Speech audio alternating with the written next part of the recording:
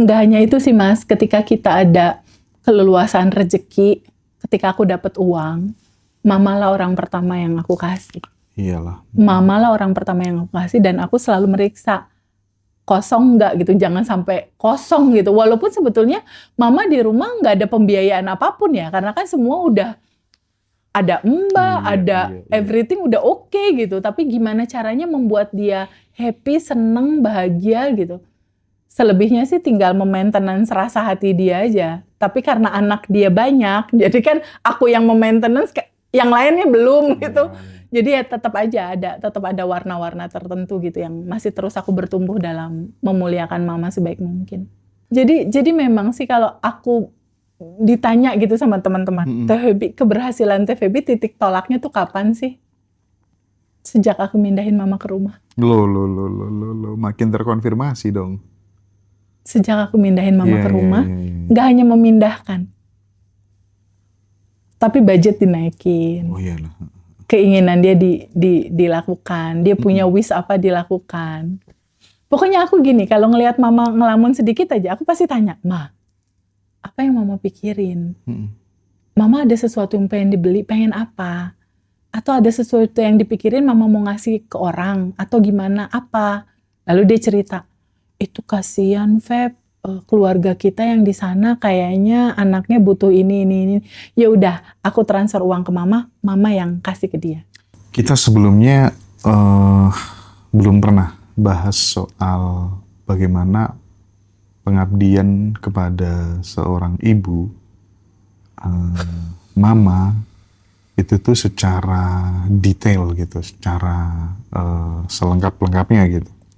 Padahal banyak anak yang terangkat derajat hidupnya itu karena melakukan pengabdian yang tulus kepada orang tua, khususnya ibu. Karena asal muasalnya dari situ gitu. Betul. Nah, hari ini menjadi momentum yang cukup penting barangkali bagiku secara pribadi untuk menggali apa sih yang bikin mamanya Teteh itu benar-benar berkesan sama Teh Feby, dan seberapa besar kemudian ridhonya ibu, kasih sayang cintanya ibu itu berpengaruh terhadap kemudahan-kemudahan jalan hidup yang dirimu tempuh gitu. Karena aku pernah dikasih pesan yang sangat serius sama salah satu guruku. Hendra, asal kamu bisa bikin ibumu menangis bahagia, ya, mau kamu hidupmu rusak, kamu tetap akan selamat. Mau kamu berada malam-malam di tengah hutan ada jurang, kamu nggak akan kenapa-kenapa. Cara mengedukasi aku tuh kayak gitu. Dikasih contoh-contoh ekstrim gitu. Agree. Saking mulianya anak yang bisa memuliakan ibunya, membanggakan ibunya, bikin ibu nangis bahagia. Rumusnya dari guruku tuh kayak gitu dulu. Nah, Teh Feby mungkin sudah waktunya untuk sharing ya, berbagi gitu. Bagaimana kedekatan Teteh dengan ibu, seperti apa pengaruh ridhonya ibu itu terhadap jalan hidupmu, dan apa saja yang dilakukan seorang Teh Feby dari remaja, dari kecil untuk memuliakan orang tuanya. Ya. Wow, makasih banyak Mas Hendra. Mengawali cerita mamaku, atau nanti juga aku mau tanya dari sisi Mas Hendra gimana. Ada satu cerita yang menginspirasi aku, Mas. Gini, pada saat jiwa Mas Hendra, jiwa aku atau jiwa siapapun, sebelum lahir ke bumi ini, dia kan percikan ruhnya yang bersama-sama dengan Allah ya. Suatu saat dia ditakdirkan harus berpisah nih sama Allah. Di bumi ini. Lalu si ruh ini tuh ngobrol sama Allah.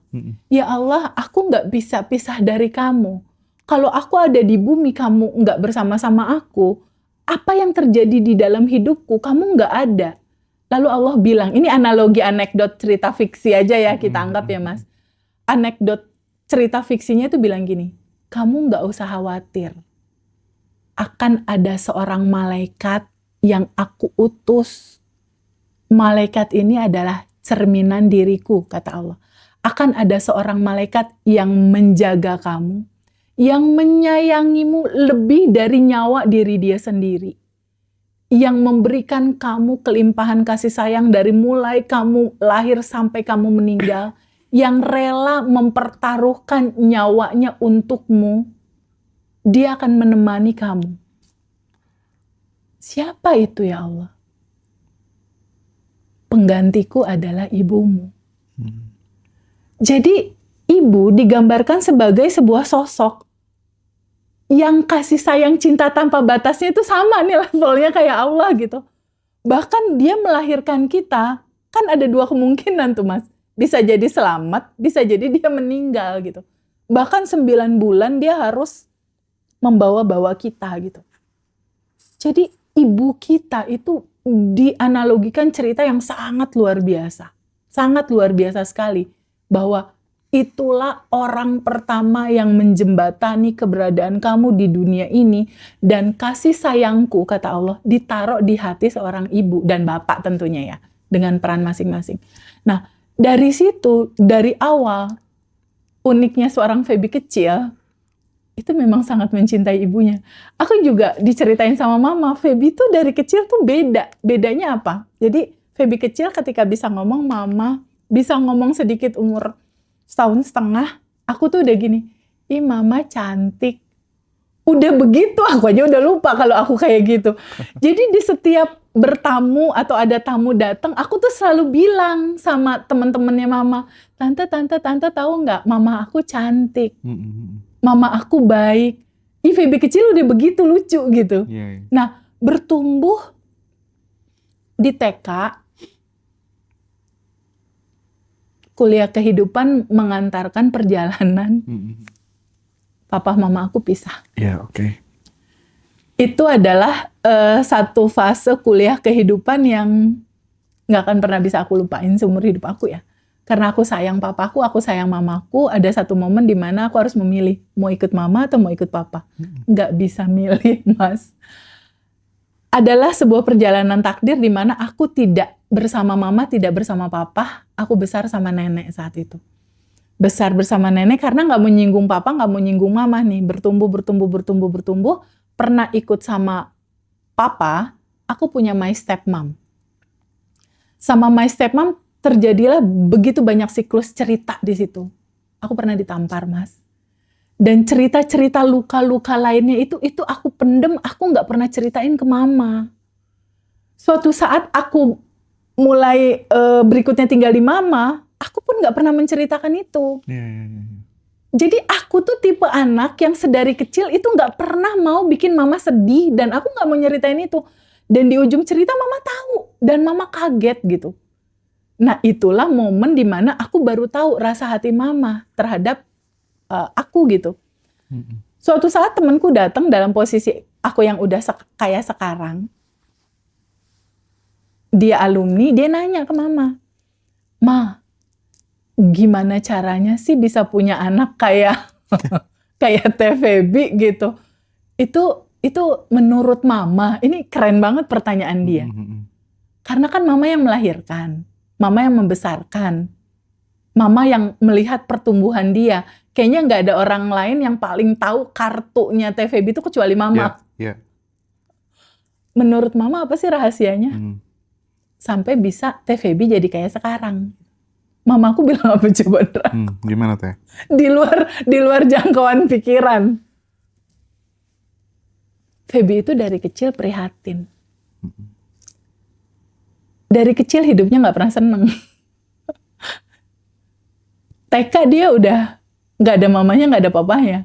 Berikutnya perjalanan kehidupan kesini juga sangat prihatin sekali.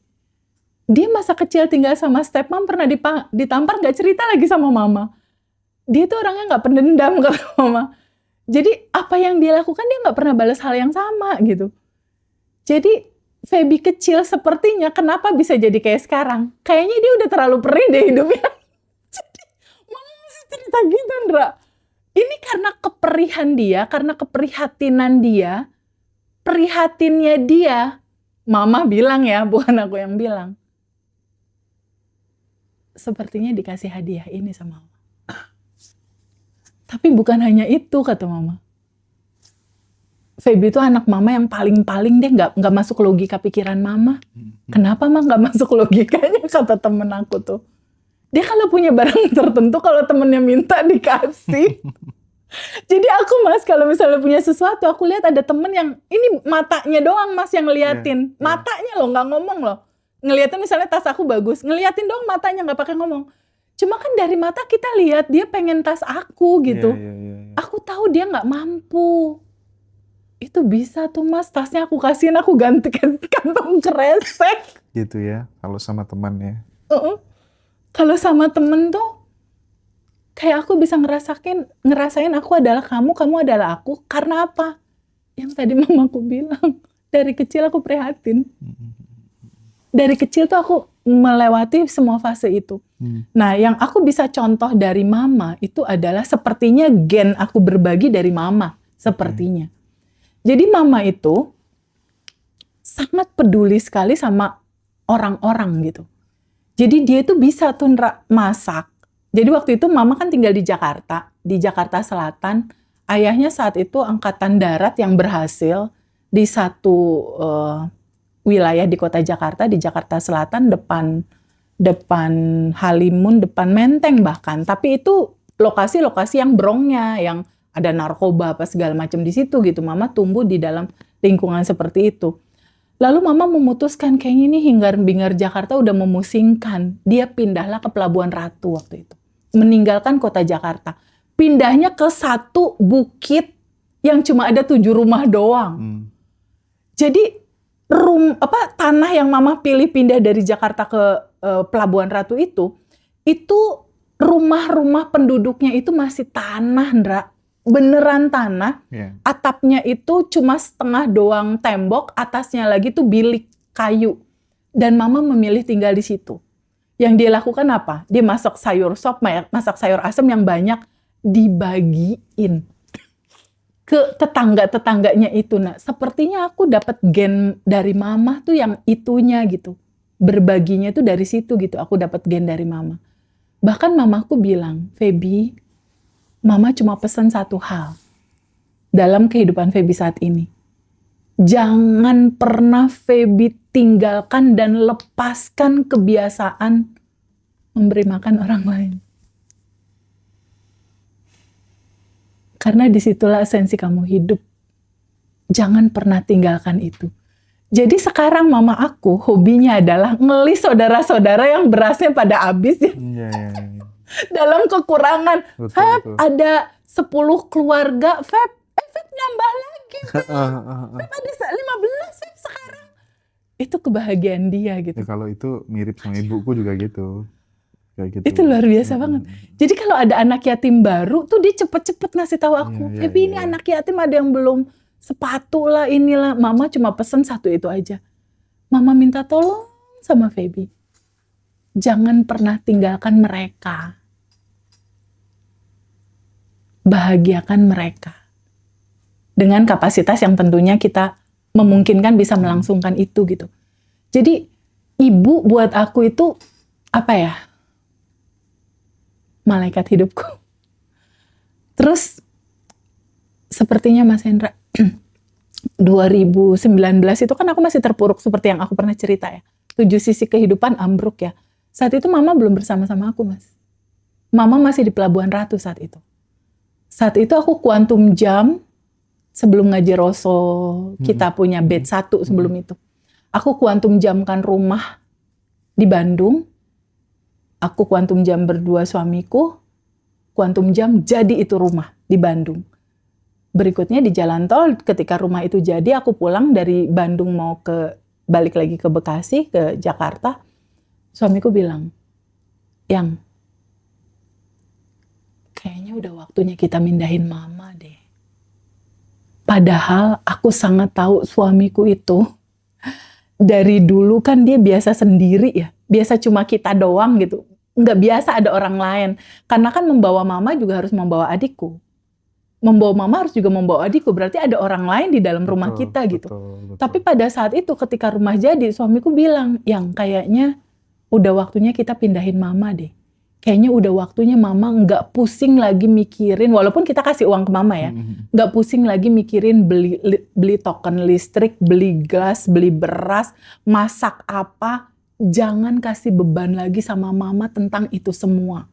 Biar mama konsentrasi aja terhadap kehidupan dia, biarkan dia menikmati hari tuanya, melihat cucu-cucunya, tanpa harus memikirkan bayar ini, bayar itu, dan lain-lain, walaupun duitnya ada. Tapi kan tetap masih mikir. Gimana kalau kita pindahin mama ke rumah kita?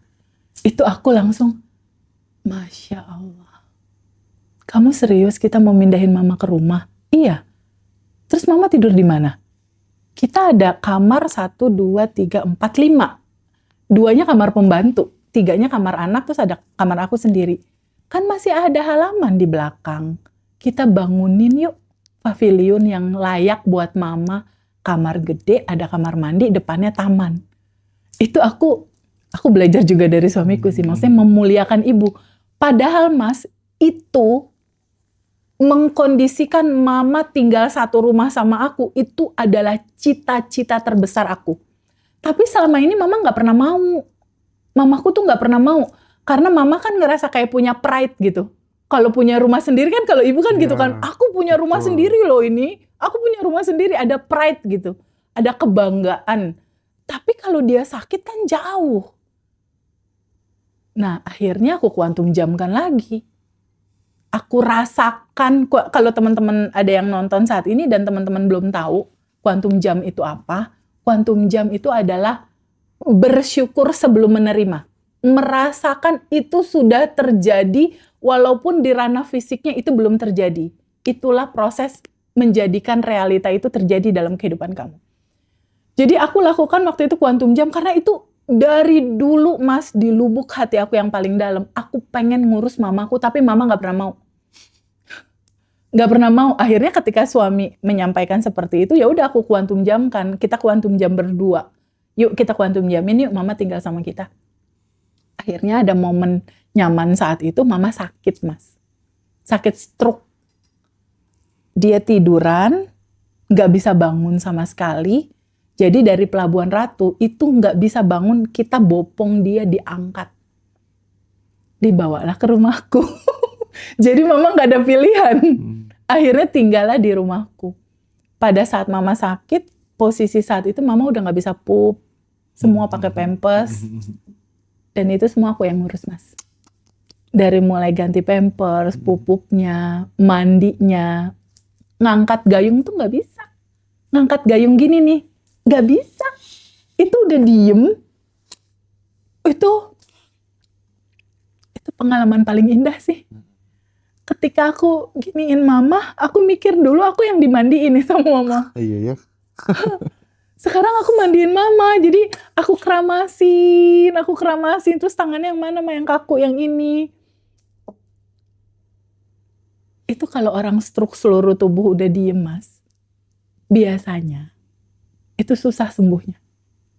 Tapi Mas Hendra kemarin ketemu mama kan? Iya. Mama masakin kamu sayur asam. Betul, luar biasa. Itu cuma 3 bulan loh Mas sembuhnya. Sembuhnya pakai apa? Apa? Cinta. Merasa dicintai. Merasa di VVIP-kan. Betul. Oleh anak kesayangan.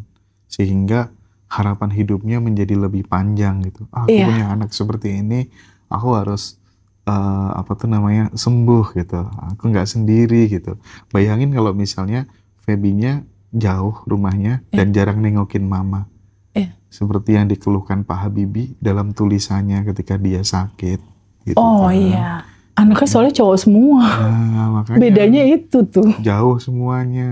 Iya gitu betul. Itu yang menyembuhkan mama. Itu adalah ketika aku basuhin gini, hai tangan. Sembuh lagi ya. Wow. Sembuh sayang. Itu bisa ditiru tuh. Terus aku panggil fisioterapi ya. Aku panggil fisioterapi ke rumah. Jadi kamar mama udah kayak rumah sakit dipindahin ke rumah gitu Mas. Jadi udah aku bikin aja kamar itu udah sebetulnya fasilitas rumah sakit, tapi di rumah. Jadi mama ngerasa ini bukan di rumah sakit. Kebayang kalau di rumah sakit, tapi ke dokter lab itu dilakukan ya. Setelah itu saran dokter apa segala macam tetap dilakukan, obat apa segala macam tetap ada. Tapi kesembuhan bukan di sana. Kesembuhan adalah di aliran cinta yang tulus. Nah ini mungkin untuk teman-teman yang ibunya lagi sakit. Mamaku tuh stroke yang kedua, Mas. Jadi sebetulnya udah level stroke-nya udah lumayan serius gitu. Tapi pada saat itu kesembuhan dia dari stroke yang tadinya benar-benar tidur sampai pada akhirnya bangun dan akhirnya bisa 3 bulan kemudian pelan-pelan jalan, akhirnya udah bisa masak lagi, akhirnya udah bisa pergi, udah bisa jalan kemana-mana, udah bisa makan di resto, udah seperti normal aja gitu.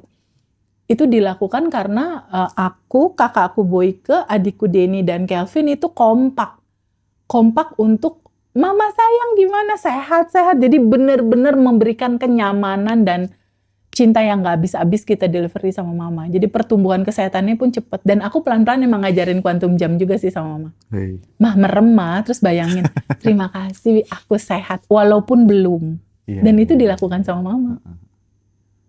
Karena itu inspiratif banget ya buat seluruh anak-anak di Republik ini gitu.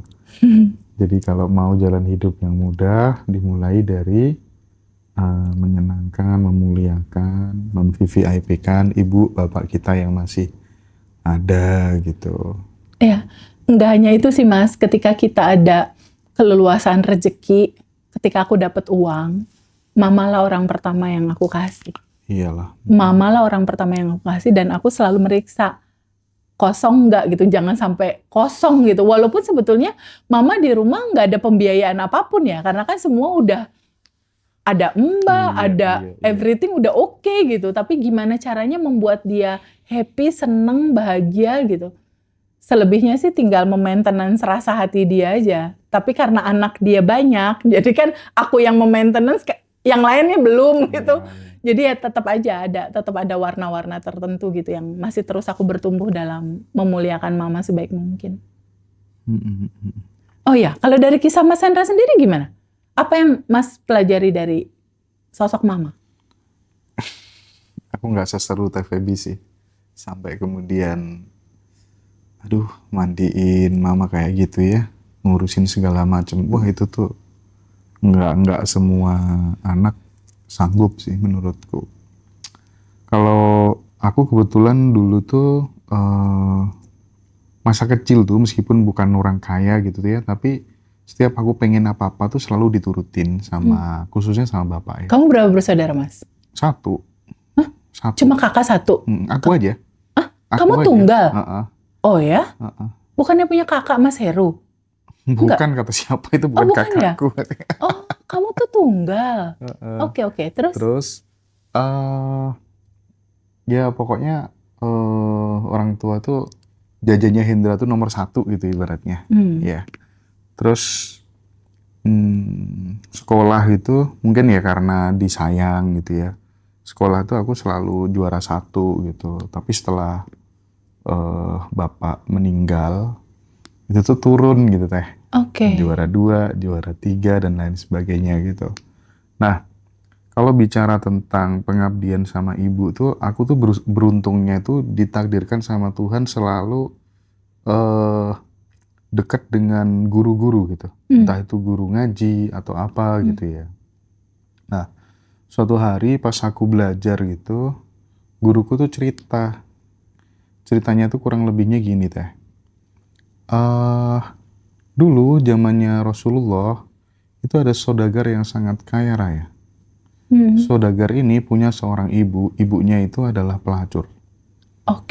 Nah, pas lagi ulang tahunnya saudagar ini, si ibu yang dulunya pelacur itu disuruh maju ke depan dan saudagar ini mencium kakinya, ya kaki si ibu itu dengan penuh penghayatan, kemudian menyampaikan ke teman-temannya yang kaya-kaya itu, saudagar lainnya itu, dan dia bilang meskipun beliau ini dulu adalah pelacur, tapi aku terlahir dari rahimnya. Aku sangat hormat, aku sangat mencintainya, aku cium kakinya gitu. Rasulullah lewat dan berkata, kelak surganya saudagar pemuda itu akan lebih tinggi daripada surgaku gitu. Masya Allah. Bagiku nggak penting, cerita itu mau bullshit, mau beneran apa enggak tuh nggak penting. Yeah.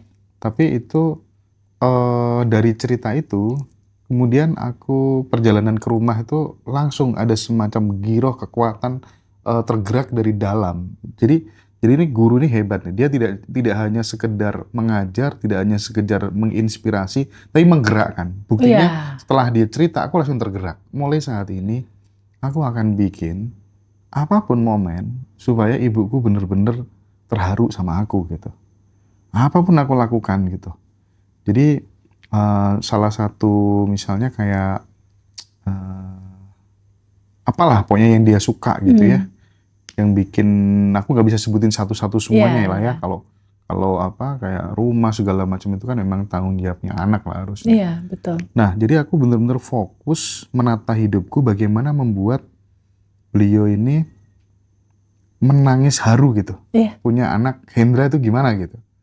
iya. Meskipun aku belum siap, belum sanggup pun aku selalu akan bilang sanggup gitu. eh jadi waktuku tuh banyak aku gunakan untuk bener-bener membuat ibu tuh kayak nggak pernah apa tuh namanya sedikit pun untuk tidak mendoakan aku gitu teh. Iya, iya, Setiap iya. hari selalu berdoa tentang aku terus gitu. Nah, gara-gara itu aku merasa kayak jalan hidup tuh serba mudah banget gitu. Misal, ketika kemudian yang namanya ibu itu kan nggak pernah ya minta-minta Iya, gitu ya. nggak pernah. Nggak Gengsi pernah dia minta. minta-minta Gengsi gitu banget ya. tuh ibu minta. Aku tuh misalnya ada kabar yang sedih gitu. Maka aku seperti Teteh. Jadi kalau ada kabar sedih itu aku simpen sendiri. Tapi kalau ada kabar yang bahagia, orang pertama yang aku Ceritain. kasih tahu adalah Ibu. ibu. Ya. Jadi selalu aku kasih cerita yang positif-positif terus. Bu, aku udah bisa cari uang sendiri segala macem gitu ya. Terus kemudian ya rumah segala macam mulai aku buatin segala macam. Terus suatu hari kan ibu itu nikah lagi. Nah, Oke. nikah lagi akhirnya punya adik kan. Punya adik. Bilang, ini adik kayaknya di kampus negeri gitu kan. Butuh laptop gitu. Aku belikan yang paling bagus. Ngangsur tuh teh. Oke. Tapi belikan yang paling bagus gitu. Maksudnya apapun cara yang bisa bikin ibu Dia bahagia bahagia. gitu ya. Ibu sama adik bahagia itu bener-bener aku atensiku ke sana gitu. Dan makin ke situ kok justru potensi rezeki kok tambah Makin besar gede ya. ya, Ya betul. Aku juga ngurusin, merasakan itu, iya. Mas. Terus ya udah setiap apa tuh namanya setiap ngaji gitu selalu dikasih masukan sama guru bahwa kalau orang Jawa bilang tuh pangeran katon tuh ya ibumu itu gitu. Tuhan yang kelihatan di rumah itu ya ibumu itu gitu ya. Setuju. Setuju. Nah disitulah kemudian kayaknya cerita-cerita model seperti ini itu kan udah banyak sekali.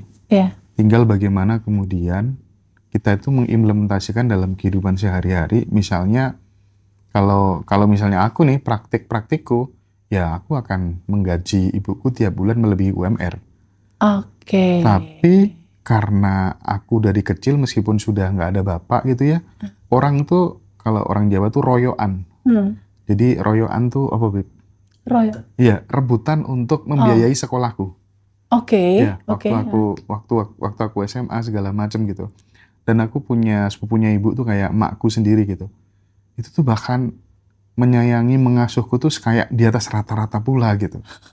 Jadi aku nggak ada pilihan lain kecuali untuk membagikan orang-orang ini gitu. Iya. Nah, cuman sayangnya satunya udah meninggal.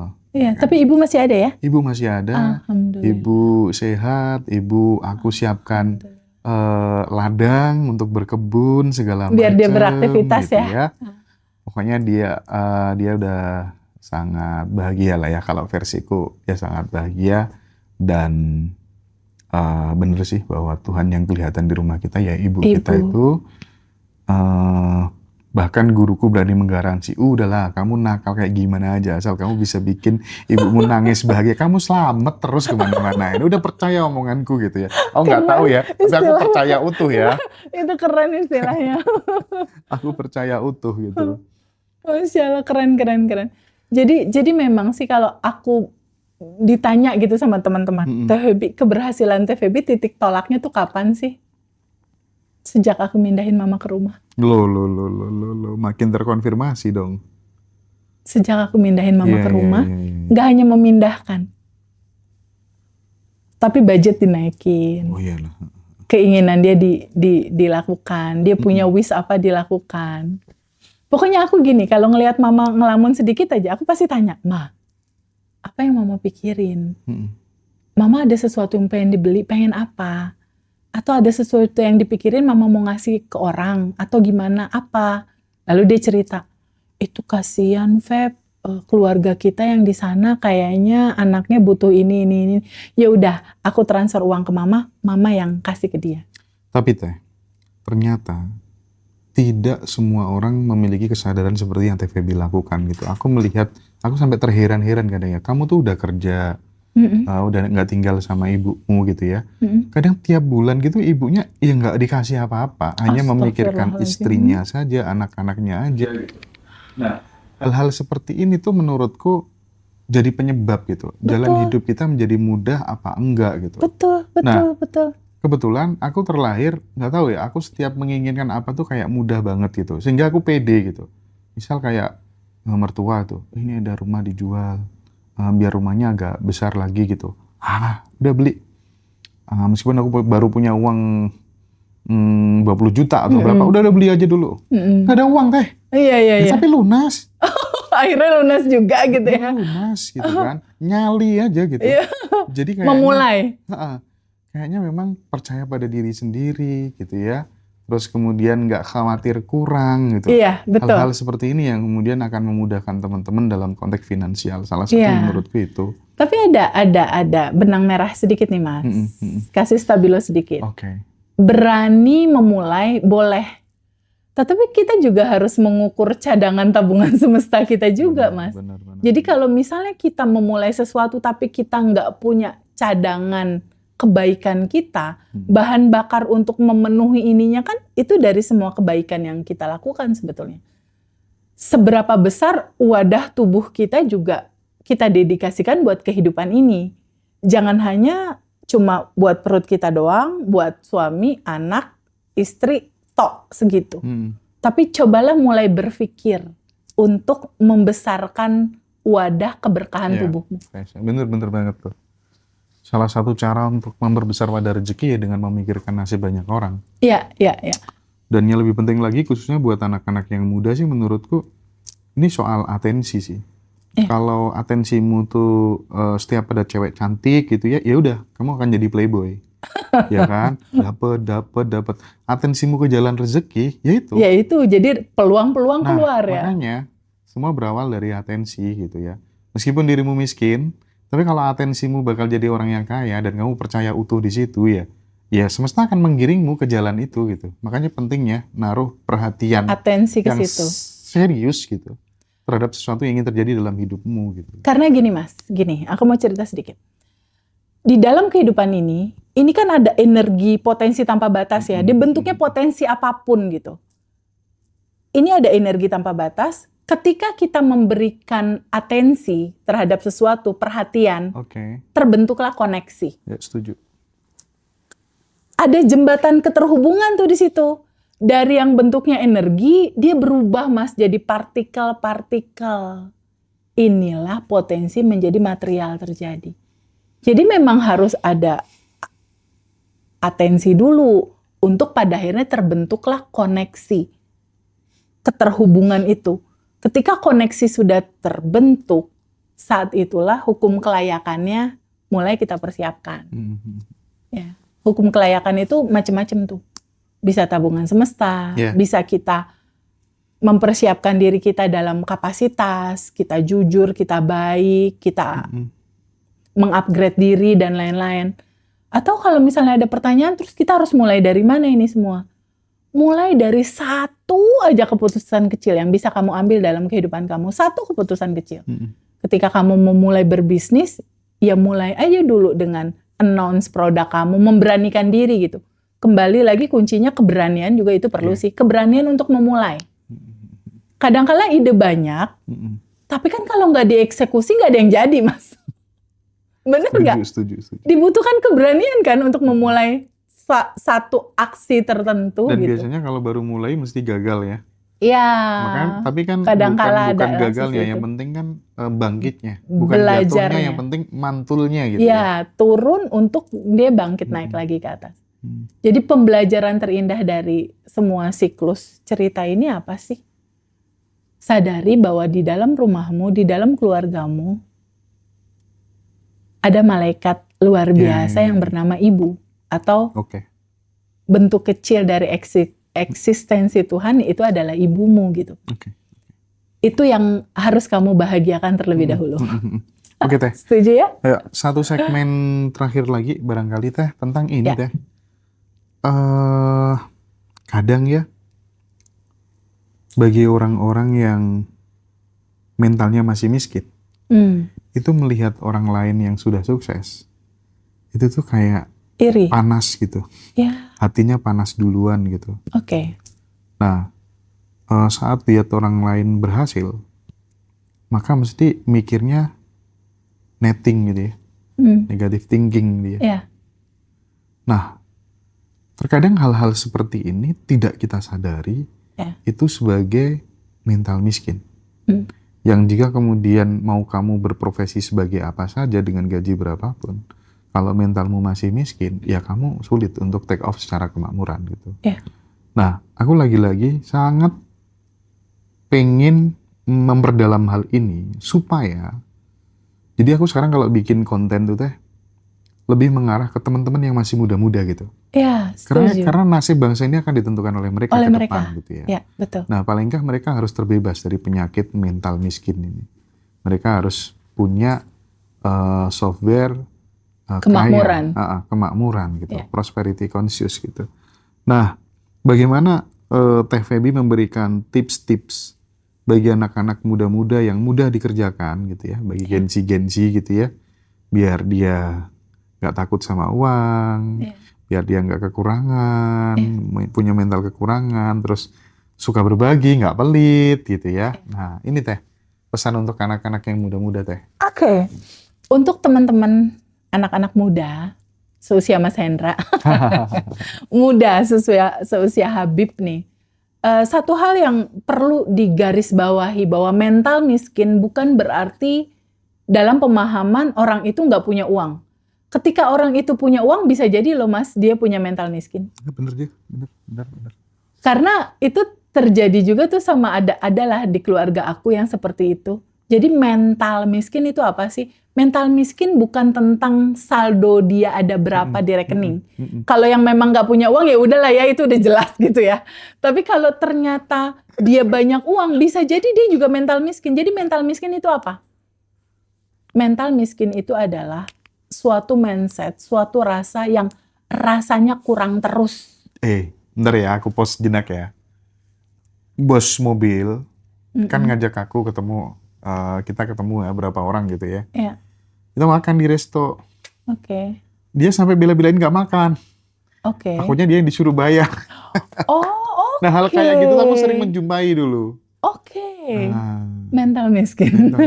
Iya, jadi gini, mental miskin itu adalah rasa batin yang rasanya kekurangan, rasanya iri ngelihat keberhasilan orang, rasanya kok apa yang dia punya limit gitu, maksudnya limited atau terbatas. Jadi ada satu mental tertentu yang dia merasakan ini kurang gitu. Itu ngupgrade-nya gimana sih? Kurang kasih sayang, kurang cinta, kurang. Rasanya kurang. Ngupgrade-nya gimana? Kadang kan beli sayur aja gitu ya, dibatasin gitu ya. Dibatasin atau ada tukang sayur, udah tahu tukang sayurnya pakai gerobak, udah tahu tukang sayurnya kakek-kakek. Udah tahu tukang sayurnya gerobaknya udah jelek banget. Kita tahu tuh yang jualan tuh nggak mampu sebetulnya. Beli cabe nih, cabenya ditawar seabis-abisnya nawar. Dari harga 10.000, wah udahlah segini sampai parah banget. Itu mental miskin Mas. Itu mental miskin gitu. Jadi kalau kita ngelihat seseorang yang tampaknya dia kakek-kakek atau nenek-nenek, dia jualan apapun, nggak usah ditawar lah. Tapi kayak gitu tuh menurutku ya Teh, itu bisa berubah karena satu faktor pertemanan juga, Iya. faktor lingkungan juga. Iya. Kalau misalnya aku berteman sama, aku tuh pernah ya, aku belum bisa kayak gitu dulu gitu. Jadi waktu di mobil setiap ada orang yang sekiranya kasihan gitu berhenti kasih 10.000, 20.000 dan terus dia ngajarin aku tuh kayak gitu cara ngajarin dia. Dia bawa uang segini, Beb. Ya 5.000-an gini. Naik Fortuner kemana-mana gitu ya. Setiap ada orang berhenti, dia pengen ngajarin aku gitu. Akhirnya kan aku punya data, oh hidup tuh kayak gitu ya harusnya. Iya. Nah makanya pertemanan tuh penting. Pertemanan itu penting karena semua masuk lewat 5 panca indera kita. Dan apa yang kita lihat, kita dengar, kita rasakan itu terekam, tersimpan di bawah sadar kita. Pertanyaan berikutnya tadi yang dari Mas Hendra, Teh Feby, terus kita mulai dari mana? Kalau ternyata di dalam rasa hati kita tuh ada rasa kekurangan itu, mulai dari mana? Dari sebuah kesadaran. Kesadaran tentang apa? Sadari dulu sama kamu di state apa kamu sekarang berada. Di state apa kamu sekarang berada. Aku ngerasain kekurangan Teh. Berarti sadari aku saat ini ada di state mental miskin kekurangan. Oke? Setelah itu pelan-pelan terbuka untuk menyadari itu bukan sejatinya kamu. Oke. Jadi semua solusi itu ada di titik kesadaran, Mas. Ketika di titik sekarang, ini buat teman-teman semua bisa kok dipraktekin. Duduk sebentar, jujur sama diri sendiri. Kamu lagi ngerasain apa? Teh, aku resah sama utang, Teh. Teh, aku ketakutan. Teh, aku baru diputusin pacar. Teh, aku income-ku masih 1 juta per bulan kurang. Di state apa saat ini kamu berada? Kita mulai dari situ aja, Mas. Ya, kita mulai dari situ ya. Ini buat siapapun bisa kan berarti kan? Mau dalam minus, mau dalam utang segala macam itu bisa. Ini kan yang terjadi sama semua alumni Abundant Revolution, Mas. Iya, Teh. Jadi di titik state apa saat ini kamu berada? Teh, aku dalam ketakutan dan kekurangan. Jujur dulu nih, di state apa? Aku masih mental miskin. Kuncinya ada di sadari itu bukan sejatinya kamu. Ini identitas lamamu. Tadi kan Mas Hendra nanya, terus cara ngerubahnya gimana? Mulai dari mana? Dari situ. Dari berhenti di titik kesadaran mana situasi kamu saat ini. Ketika kamu udah tahu nih, ini di state, aku masih ada di state mental miskin, kekurangan. Buktinya aku masih ngerasain ini. Satu, sadari itu bukan kamu. Itu satu. Kedua, sebetulnya sejatinya kamu apaan sih?